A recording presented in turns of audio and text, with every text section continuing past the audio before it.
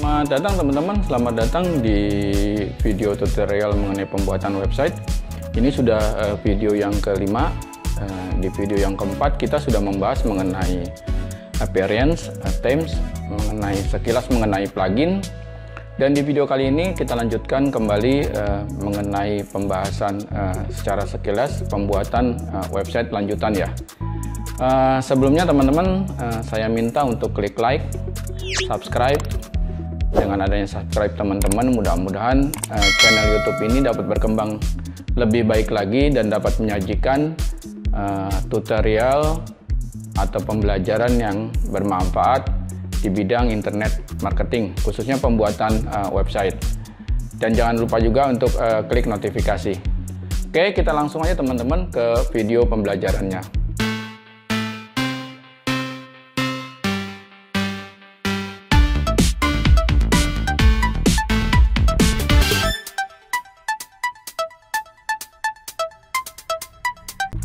Oke, selamat datang teman-teman, selamat datang lagi di channel YouTube yang khusus membahas mengenai tutorial pembuatan website ya. Kita lanjut aja ke video selanjutnya ya. Kemarin kita sudah bahas mengenai appearance, themes, kemudian plugin secara global, plugin apa aja yang dan fungsi-fungsinya ya. Kemudian kita langsung saja ke user. Di sini ada 3 item: all user, add new, and profile. Nah, ini tampilan user ya. Ini admin, emailnya. Kemudian ini karena kita sendiri jadi sebagai administrator ya. Nanti di sini misalnya ada post, ada berapa post. Nah, kalau misalnya kita mau menambahkan di sini bisa add new. Nah, nanti bisa dimasukkan username-nya, email, misalnya nama depan ya, nama belakang. Kemudian kalau misalnya ada website. Nah, ini nanti dibuat password khusus ya untuk penambahan user ya. Share. Nah, ini rule-nya di sini bisa hanya sebagai subscriber, kemudian bisa jadi sebagai kontributor ya, author, editor. Nah, ini nanti author atau kontributor bisa menulis ya. Ini biasanya kalau kita punya tim ya atau perusahaan ada pengelola websitenya ya.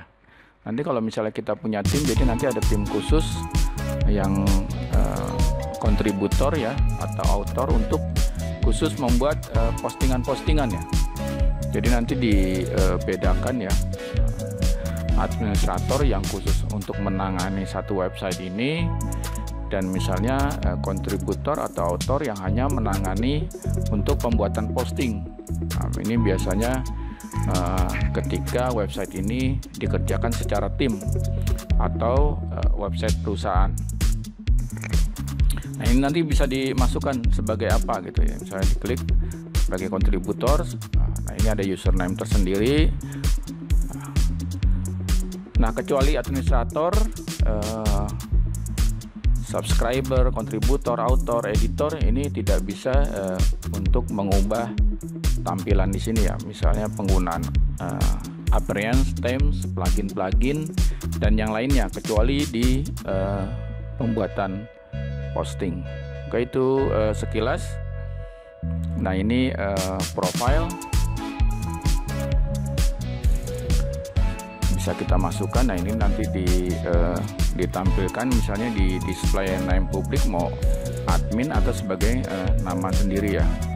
Kemudian email, website. Nah, ini kita biarkan aja seperti ini ya, kecuali memang nanti ada perubahan. Kemudian item tool.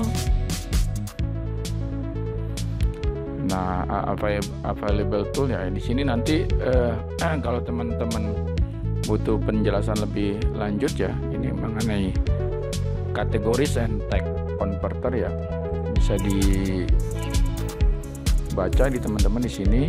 Nah ini nanti hubungannya misalnya ke import ya, ini bisa import untuk blogger ya, misalnya import post, comment, user from blogger blog ya. Ini bisa dari kategori tag converter, live journal ya, dari RSS juga ya, bisa ya. Di sini juga ya, import from RSS feed ya. Atau dari WordPress sendiri ya, import post, page, comment. Nah, ini bisa kita import.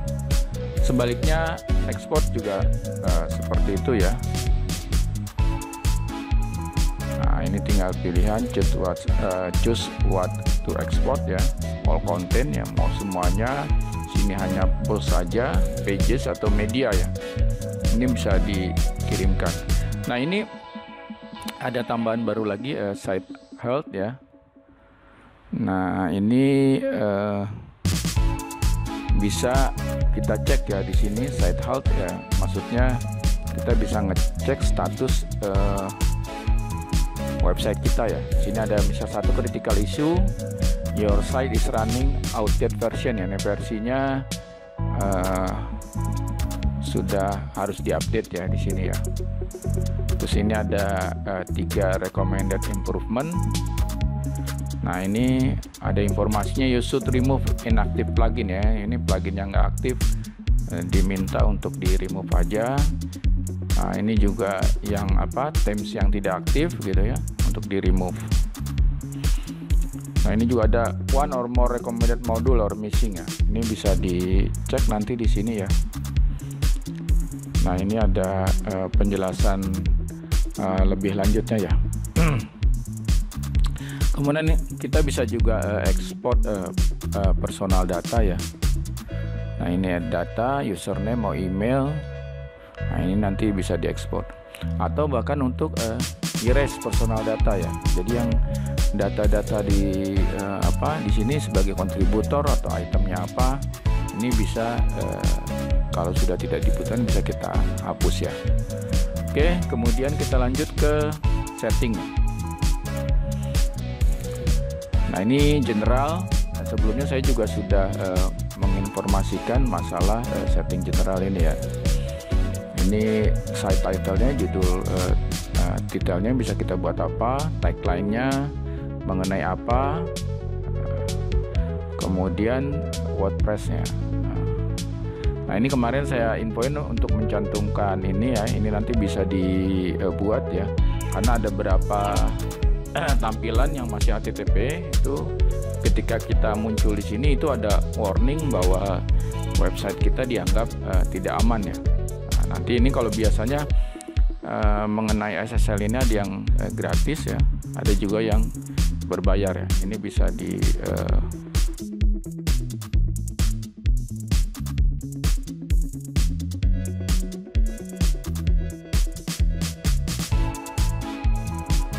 nanti bisa dicek ya ini.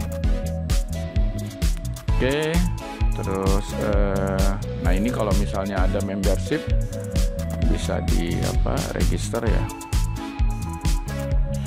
Nah ini untuk set language ini sebetulnya bisa dirubah misalnya ke bahasa Indonesia ya.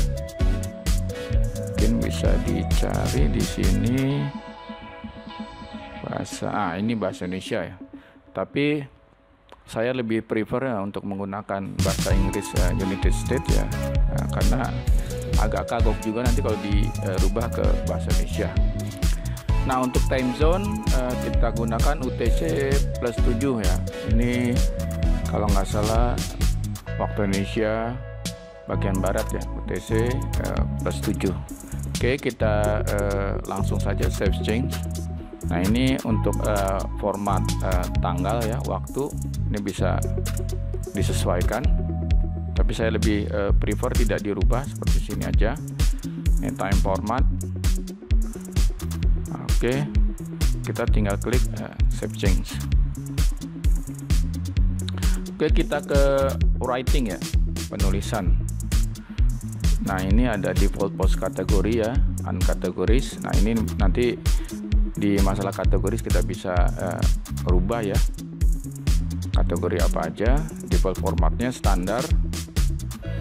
Kemudian ini apa, emailnya. Oke, saya kira ini tidak perlu dirubah ya. Kemudian reading. Nah, ini reading maksudnya jika ada pengunjung ke website kita ya, ini pembacaan atau tampilan yang ada di website kita ini ada misalnya mau dimunculkan hanya posting yang terbaru ya, atau your latest post, atau dipilih ini ada static page-nya. Nanti static page-nya ini halamannya ini tidak berubah ya, misalnya seperti yang contoh di sini ya.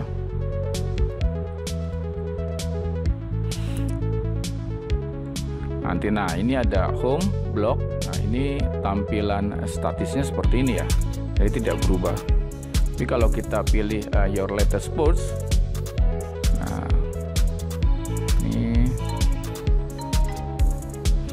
ini akan muncul post yang paling terakhir ya. Jadi yang hello world ini yang muncul ya. Nah, ini yang selain nanti bisa kita modifikasi ya masalah tampilan ini, home, blog atau segala macam. Ini kalau masih baru. Kemudian blog pages show at most ya. Jadi di halaman blog kita ini kita bisa tampilkan 10 post ya, atau kita bisa rubah jadi misalnya 5 tampilan, jadi hanya 5 posting yang akan ditampilkan di halaman depan ya. Nah, ini bisa dirubah ya sama teman-teman, tergantung nanti yang mau ditampilkan seperti apa ya. Discussion, nah ini saya tidak terlalu rubah ya masalah ini ya, masalah default avatar, masalah diskusi ya, saya pikir nggak terlalu jarang dirubah, jadi sesuaikan aja sama defaultnya. Kemudian media, nah ini media juga ukuran apa segala macam. Nah, ini juga berhubungan erat juga dengan appearance themes yang kita gunakan ya. Nanti masalah thumbnail size-nya, ukurannya, kalau medium size seperti apa, large size-nya. Tapi ini juga nanti kita cukup modifikasi atau disesuaikan dengan appearance themes-nya. Permaling di video keempat saya sudah jelaskan ya. Ini tinggal disesuaikan. Ini bisa post name, jadi langsung blog kita langsung post name yang ada di sini ya. Ini bisa save change misalnya. Nah, ini kita bisa lihat di sini ya. Jadi sesuaikan misalnya seperti ini, hello world. Nah, ini kan di permalingnya masih tahun, bulan, tanggal ini masih masuk tercantum semua ya.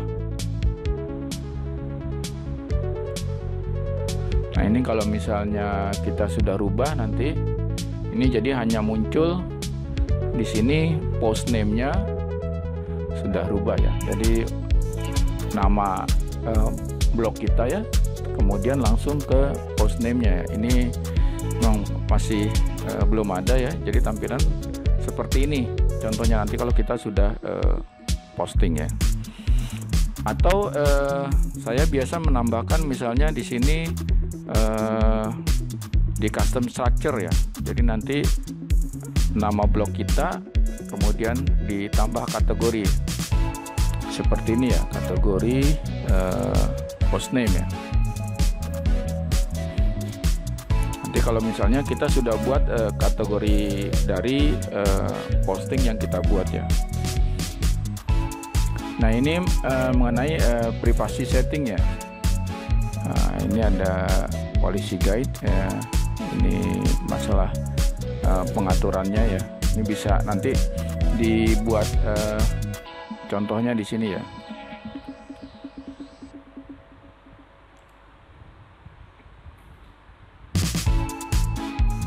Nah, nanti dibuat create a new privacy policy page. Nanti di halaman di website kita dikhususkan dibuat mengenai privacy policy ya. Oke, saya rasa itu dulu penjelasannya. Kita langsung saja ke perubahan awal dari website kita ya. Kita setting untuk website kita. Oke teman-teman, itu sekilas yang tadi kita sudah bahas. Nah, jangan lupa teman-teman untuk klik like, subscribe, nyalakan notifikasi agar teman-teman dapat informasi selanjutnya dari seri tutorial pembelajaran mengenai pembuatan website. Nah, saya minta khusus teman-teman untuk bisa subscribe agar channel YouTube ini dapat berkembang dengan baik dan dapat menyajikan tutorial-tutorial mengenai online marketing. Oke, sampai ketemu lagi di video selanjutnya ya, video ke-6.